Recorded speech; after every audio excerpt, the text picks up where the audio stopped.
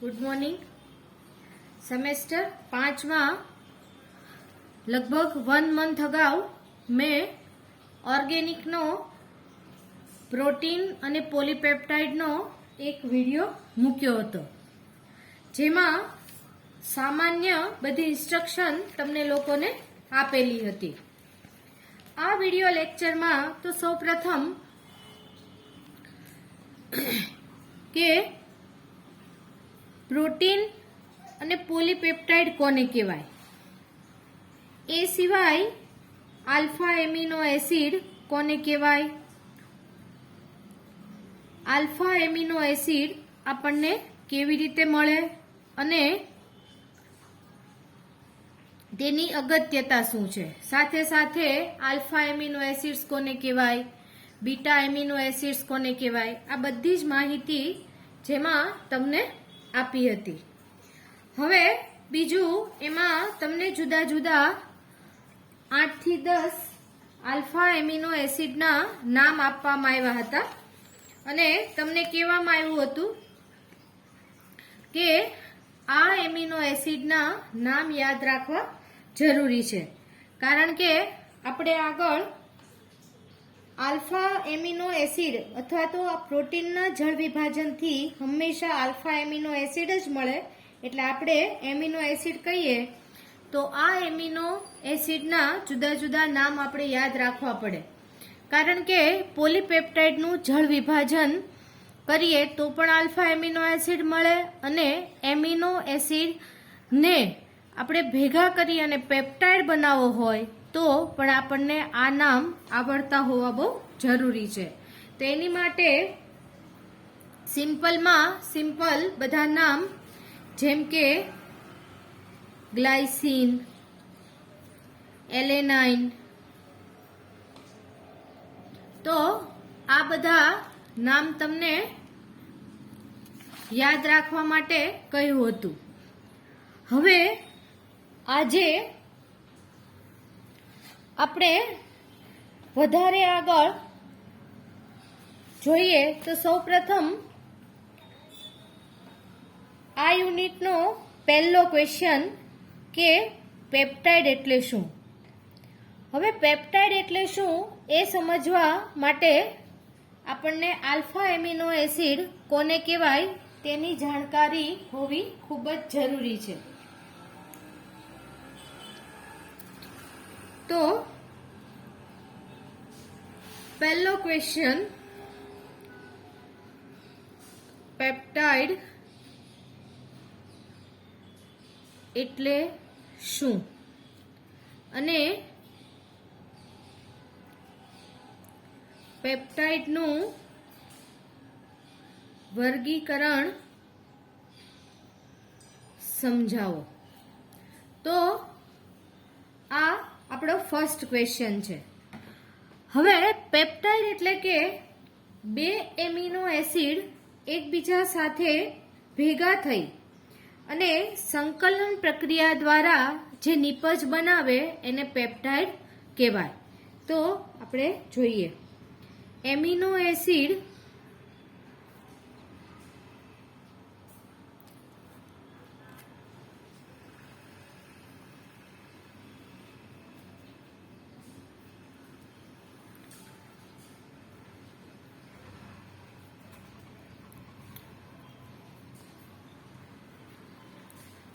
Carboxylic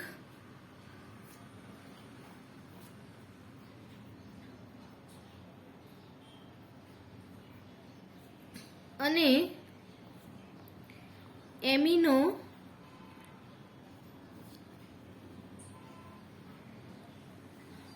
M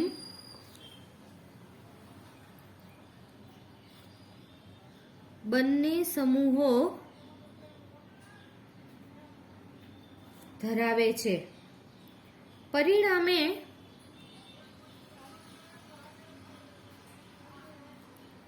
एक सरखा बे amino acid अथवा बे जुदा जुदा એમિનો એસિડ વચ્ચે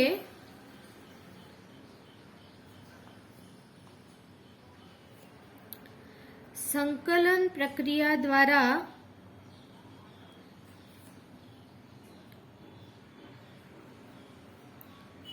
જે નિપજ બને તેમાં બંને એમિનો એસિડ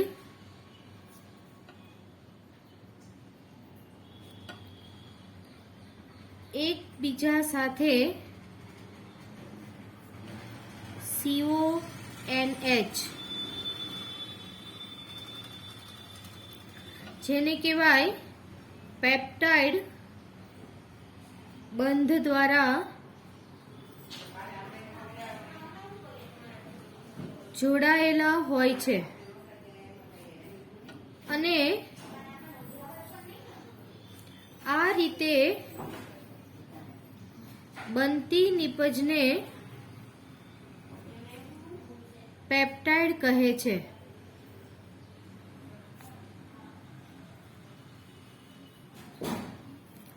તો આ કે પેપ્ટાઇડ કોને કહેવાય? તો કે બે એમિનો એસિડમાંના એક એમિનો એસિડનો કાર્બોક્સિલિક સમૂહ અને બીજા એમિનો એસિડનો એમિનો સમૂહ એકબીજા સાથે CONH એટલે કે પેપ્ટાઇડ બંધ દ્વારા જોડાય અને જે નિપજ બનાવે તેને પેપ્ટાઇડ કહેવાય છે.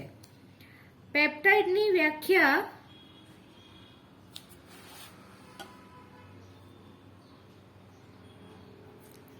ટૂંકમાં નીચે પ્રમાણે આપી શકાય. હવે આપણને કોઈ ટૂંકમાં પૂછે કે પેપ્ટાઇડની વ્યાખ્યા શું છે, તો એની વ્યાખ્યા ઇન્વર્ટેડ કોમામાં આ રીતે આપણે લખી શકાય: બે અથવા બે કરતા વધારે એમિનો એસિડ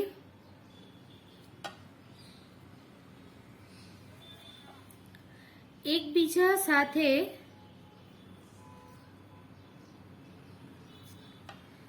CONH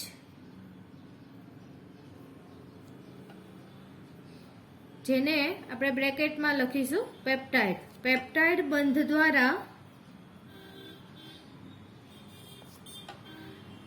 જોડાઈને જે નિપજ બનાવે તે પેપ્ટાઇડ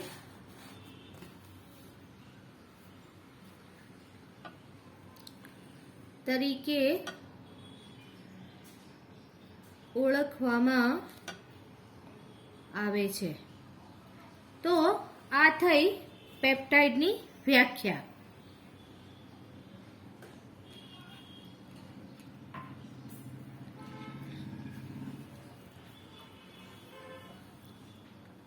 હવે તમે ધીમે ધીમે જેમ અભ્યાસ કરશો તેમ તમને ખબર પડશે કે દરેક એમિનો એસિડ પાસે બે સમૂહ હોય. દરેક પાસે એક એમિનો સમૂહ પણ હોય અને એક કાર્બોક્સિલિક સમૂહ પણ હોય.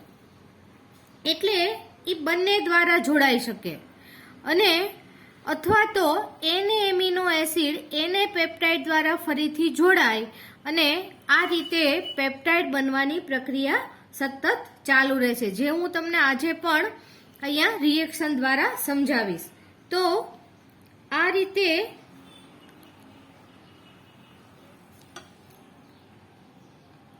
ઉત્પન્ન થયેલી નિપજમાં પણ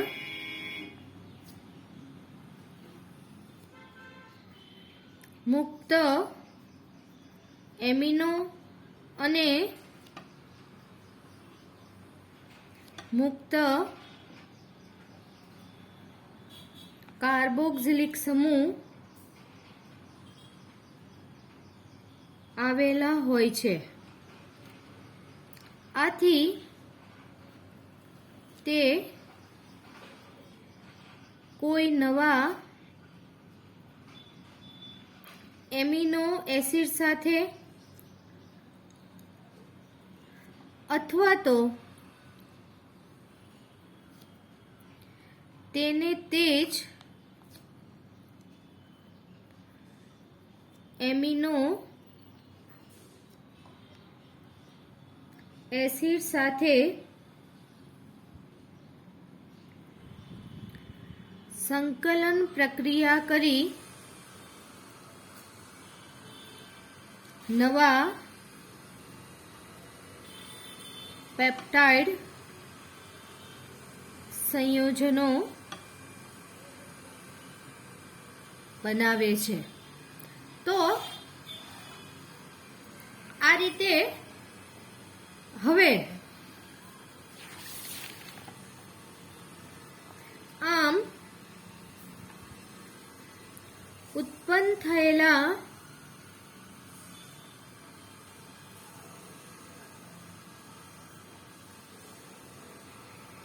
પેપ્ટાઇડ સંયોજનો અને એમિનો એસિડના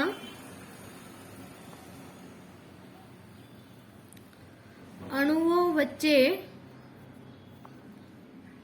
સંકલન પ્રક્રિયા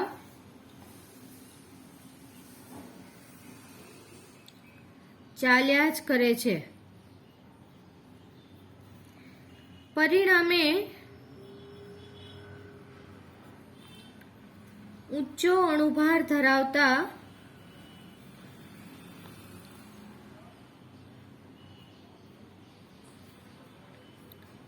પોલીપેપ્ટાઇડ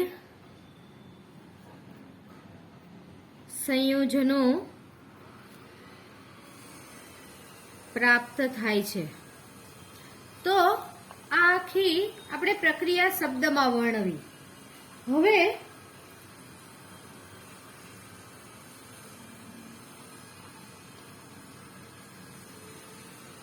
આપણે એને જો પ્રક્રિયા દ્વારા સમજીએ તો તમને થોડું વધારે ઝડપથી સમજાઈ જશે. તો એની માટે આપણે એમિનો એસિડ સાથે NH2CHR1COOH આ કોઈ પણ એક પ્રકારનો આ એમિનો એસિડ છે અને આ બીજા પ્રકારનો એમિનો એસિડ છે NH2CHR2COOH. આ બંને એમિનો એસિડ એક જ પ્રકારના હોય કે જુદા જુદા પ્રકારના એનાથી અત્યારે સમજણમાં કોઈ ફેર પડતો નથી. એમિનો એસિડ હવે આ બંને એમિનો એસિડ વચ્ચે સંકલન પ્રક્રિયા થાય તો આ સંકલન પ્રક્રિયા દરમિયાન આ એમિનો એસિડનો OH અને આ એમિનો એસિડના એમિનો સમૂહમાંનો એક હાઇડ્રોજન જે બંને એકબીજા સાથે જોડાય અને વોટર મોલેક્યુલ એટલે કે પાણીના અણુ દ્વારા દૂર થાય અને પ્રક્રિયાને અંતે આપણને NH2CHR1CONH તો અહીંયા આગળ આ બંને જે એકબીજા સાથે અહીંયા જોડાણા તો અહીંયા આગળ તમે જોઈ શકશો કે આ CONH પ્રકારનો પેપ્ટાઇડ બંધ આપણને જોવા મળે અને અહીંયા આગળ બે એમિનો એસિડ એકબીજા સાથે જોડાય અને જે પેપ્ટાઇડ બન્યો તો આ પેપ્ટાઇડને ડાયપેપ્ટાઇડ કહેવાય. આ જે સંયોજન બન્યું જેને ડાયપેપ્ટાઇડ કહેવાય. હવે આ ડાયપેપ્ટાઇડ પાસે NH2 સમૂહ પણ છે અને કાર્બોક્સિલિક સમૂહ પણ છે. તો એ બેમાંથી કોઈ પણ એક છેડેથી કાં તો આને આ જ એમિનો એસિડ સાથે અથવા તો નવા કોઈ બીજા એમિનો એસિડ સાથે સંકલન પ્રક્રિયા કરી શકે. તો અહીંયા આપણે ત્રીજો એમિનો એસિડ લખીએ NH2CHR3COOH. આ ત્રીજો એમિનો એસિડ થયો. હવે આ ડાયપેપ્ટાઇડમાંનો કાર્બોક્સિલિક સમૂહનો OH અને એમિનો એસિડમાંના એમિનો સમૂહનો હાઇડ્રોજન આ પ્રક્રિયા દ્વારા જે આપણે આ ડાયપેપ્ટાઇડ અને ત્રીજા પ્રકારના એમિનો એસિડ સાથે આપણે પ્રક્રિયા કરશું તો આ પ્રક્રિયા જે સંકલન પ્રક્રિયા દરમિયાન પણ અહીંયા પણ પાણીનો એક અણુ મુક્ત થશે અને આપણને પ્રક્રિયાને અંતે આ પ્રકારનું સંયોજન NH2 CH R1 CO NH CH R2 CO NH CH R3 COOH તો અહીંયા બે આપણને પેપ્ટાઇડ બંધ જોવા મળે અને ટોટલ કેટલા એમિનો એસિડ જોડાણા તો કે 1 2 અને 3 તો બે ડાયપેપ્ટાઇડ બંધ બન્યા અને 3 એમિનો એસિડ જોડાવાથી જે આપણને સંયોજન મળ્યું તો આ સંયોજન ટ્રાયપેપ્ટાઇડ તરીકે ઓળખાય.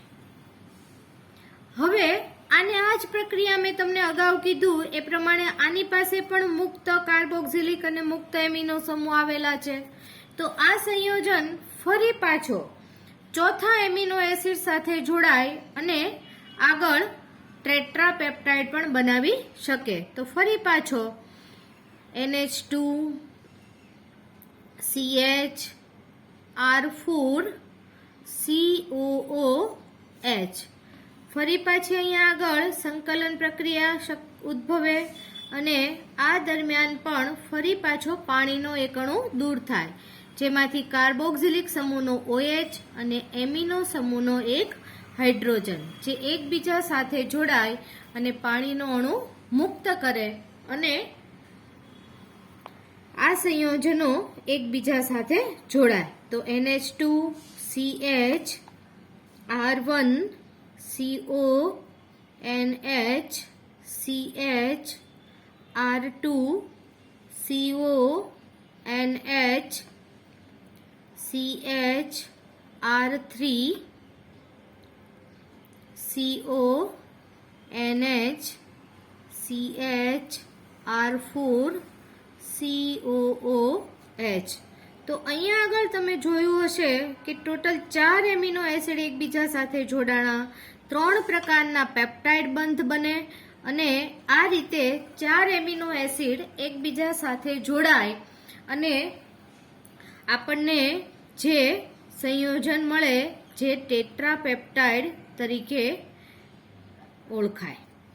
તો આ રીતે એમિનો એસિડના અણુ અને પેપ્ટાઇડ જે નવા નવા બનતા જાય એના વચ્ચે સંકલન પ્રક્રિયાઓ ચાલ્યા જ કરે. તો કે ક્યાં સુધી ચાલે તો કે જ્યાં સુધી એને અટકાવવામાં ન આવે ત્યાં સુધી આ રીતે નવા નવા એમિનો એસિડ અથવા તો તેને તે જ એમિનો એસિડ અને પેપ્ટાઇડ સંયોજનો વચ્ચે સંકલન પ્રક્રિયા ચાલ્યા કરે અને નવા નવા પેપ્ટાઇડ સંયોજનો ઉદ્ભવ્યા કરે અને પરિણામે ઘણા બધા એમિનો એસિડ એકબીજા સાથે જોડાય અને જે સંયોજન બનાવે એ પોલીપેપ્ટાઇડ કહેવાય અને ઘણા બધા પોલીપેપ્ટાઇડ એકબીજા સાથે જોડાય અને જે બને એને કહેવાય પ્રોટીન. આપણે અહીંયા એક ચેઇન દ્વારા હું તમને સમજાવું કે એમિનો એસિડ એકબીજા સાથે સંકલન પ્રક્રિયા દ્વારા જોડાય અને પહેલા શું બનાવે પેપ્ટાઇડ બનાવે. આ પેપ્ટાઇડ ઘણા બધા જોડાય અને પોલીપેપ્ટાઇડ બને અને ઘણા બધા પોલીપેપ્ટાઇડ એકબીજા સાથે જોડાય અને જે સંયોજન બને જે પ્રોટીન તરીકે જાણીતું છે. તો આ રીતે તમને મેં સેમેસ્ટર 4માં પણ સેમેસ્ટર 3માં પણ પ્રોટીન પોલીપેપ્ટાઇડ અને એમિનો એસિડમાં મેં જ તમને ભણાવેલું છે. તો ત્યારે પણ આપણે ભણ્યા છીએ કે પ્રોટીન જે ખૂબ જ ઊંચો અણુભાર ધરાવતા સંયોજનો છે. તો આ રીતે થયું પ્રોટીન. હવે આપણે આજનો જે નેક્સ્ટ ક્વેશ્ચન હતો કે પેપ્ટાઇડનું વર્ગીકરણ, તો કે પેપ્ટાઇડનું વર્ગીકરણ.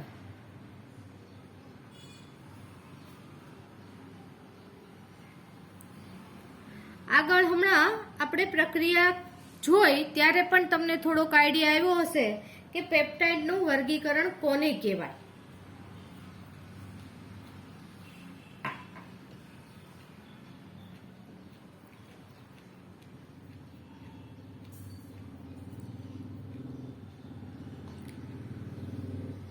તો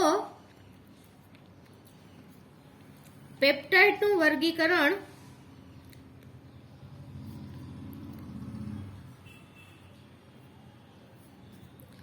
તેની સાથે જોડાયેલ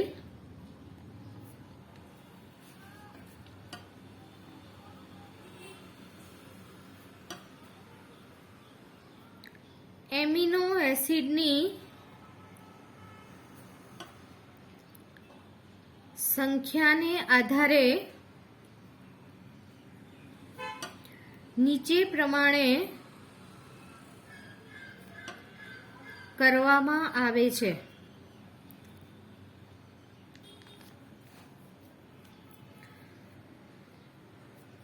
જો એમિનો એસિડના એક જ સરખા અથવા તો જુદા જુદા બે અણુ જોડાઈને બનતા સંયોજનને ડાયપેપ્ટાઇડ કહેવાય છે.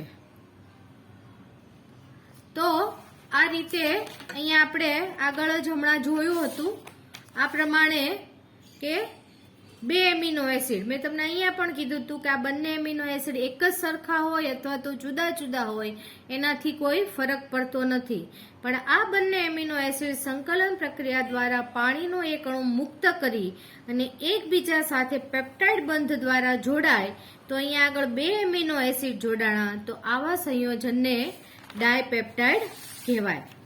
આ જ રીતે એના પછીની ડેફિનેશન, જો ઉપર પ્રમાણે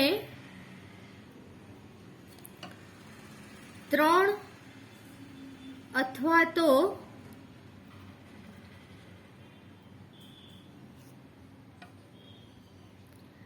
4 એમિનો એસિડ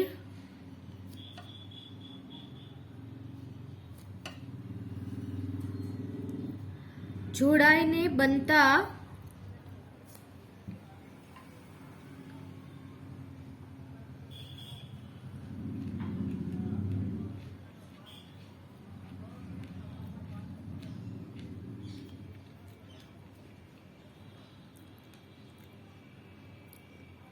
સંયોજનને અનુક્રમે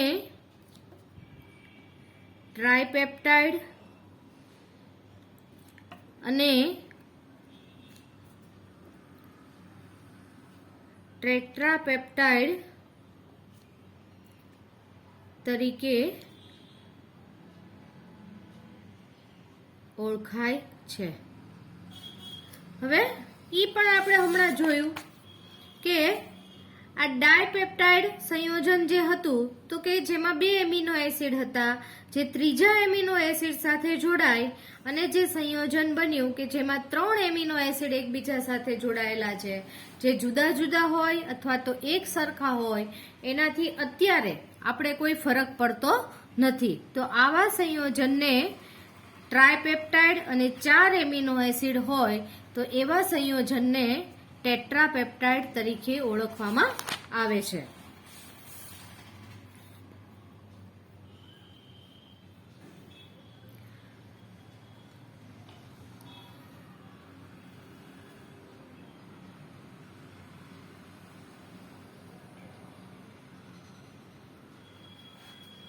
જ્યારે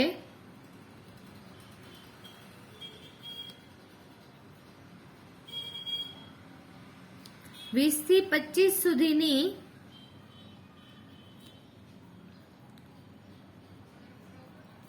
એમિનો એસિડની સંખ્યા ધરાવતા પેપ્ટાઇડ ઓલિગોપેપ્ટાઇડ તરીકે ઓળખાય છે. આ જ રીતે 5 હોય તો પેન્ટા, હેક્ઝા, એ પછી જો 20 થી 25 સુધીની એમિનો એસિડની સંખ્યા હોય તો આવા પેપ્ટાઇડ ઓલિગોપેપ્ટાઇડ તરીકે ઓળખાય છે. અને લાસ્ટમાં જો અસંખ્ય એમિનો એસિડ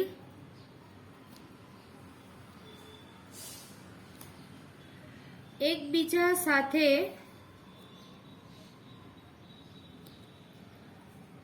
જોડાવાથી બનતા સંયોજનને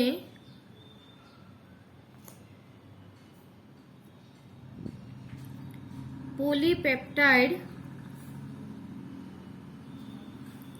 કહેવાય છે.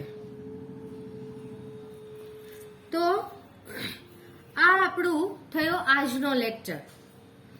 આજનું લેક્ચર આમ તમને બહુ સિમ્પલ લાગશે, પણ તમે તમારી રીતે લખવા બેસો તો હજી ભૂલ પડશે. એટલે આજનું લેક્ચર વારંવાર વાંચજો અને સમજજો, કારણ કે આપણા સિલેબસ પ્રમાણે અને આપણી પેપર સ્ટાઇલ પ્રમાણે જે આપણે આગળ હવે કરવાના છે ક્વેશ્ચન, તો એમાં જુદા જુદા વૈજ્ઞાનિકોની પદ્ધતિ પ્રમાણે જુદા જુદા એમિનો એસિડમાંથી આપણે જુદા જુદા પેપ્ટાઇડ સંયોજનો બનાવવાના છે. તો આ સિમ્પલ બેઝ જો તમને મગજમાં ઉતરી જશે તો આગળની બધી પદ્ધતિઓ તમને બહુ ઇઝી લાગશે.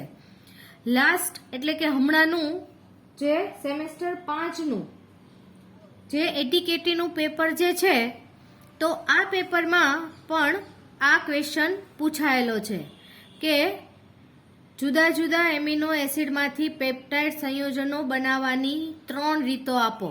તો આ બહુ બેઝિક છે. તો બધા આ હવે દર વીકમાં મારું એક લેક્ચર હું અપલોડ કરીશ, અને જે તમે લોકો જોજો, અને કદાચ પણ તમને કંઈ ડાઉટ હોય, ન સમજાય, તો તમે મને વોટ્સઅપ ઉપર પૂછી શકો છો. તો આજનો લેક્ચર તમને બધાને વ્યવસ્થિત સમજાઈ ગયો હોય એવી આશા રાખું છું. Okay, thank you.